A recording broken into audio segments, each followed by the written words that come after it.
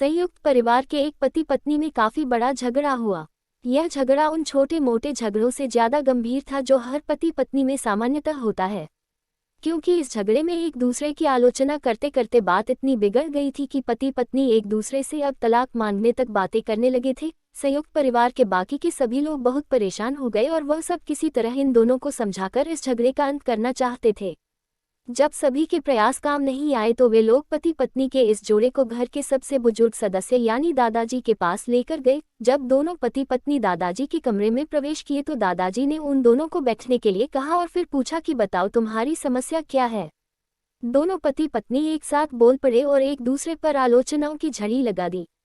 जितनी कमियां पत्नी अपने पति में गिना रही थी उससे ज्यादा कमियां पति भी अपनी पत्नी में गिना रहा था और कई मिनटों तक यह सिलसिला चलता रहा। दादाजी ने भी इन दोनों को नहीं रोका और इनको अपना अपना गुस्सा एक दूसरे पर उतारने दिया। आखिर में जब दोनों एक दूसरे की बुराइयां करके थक गए और शांत हो गए तब दादाजी ने उन दोनों से कहा अब दोनों एक दूसरे की कुछ अच्छाइयां बताओ। जब अच्छाई बताने का समय आया तब दोनों ही पति और पत्नी एकदम से चुप हो गए। शायद गुस्से में उन्हें कुछ याद नहीं आ रहा था या फिर गुस्से की वजह से ही वह एक दूसरे की अच्छाइयां बताना नहीं चाहते थे। दादाजी ने यह बात भी महसूस कर ली। थोड़ी देर तक जब कोई भी नहीं बोला तब दादाजी ने कहा अच्छा ठीक है, यह लो पेपर और पेन और एक दूसरे की अच्छाइयां इसमें लिखो।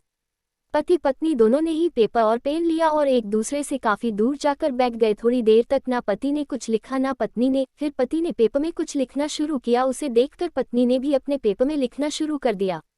ऐसा लग रहा था जैसे दोनों एक दूसरे से कंपटीशन कर रहे हो।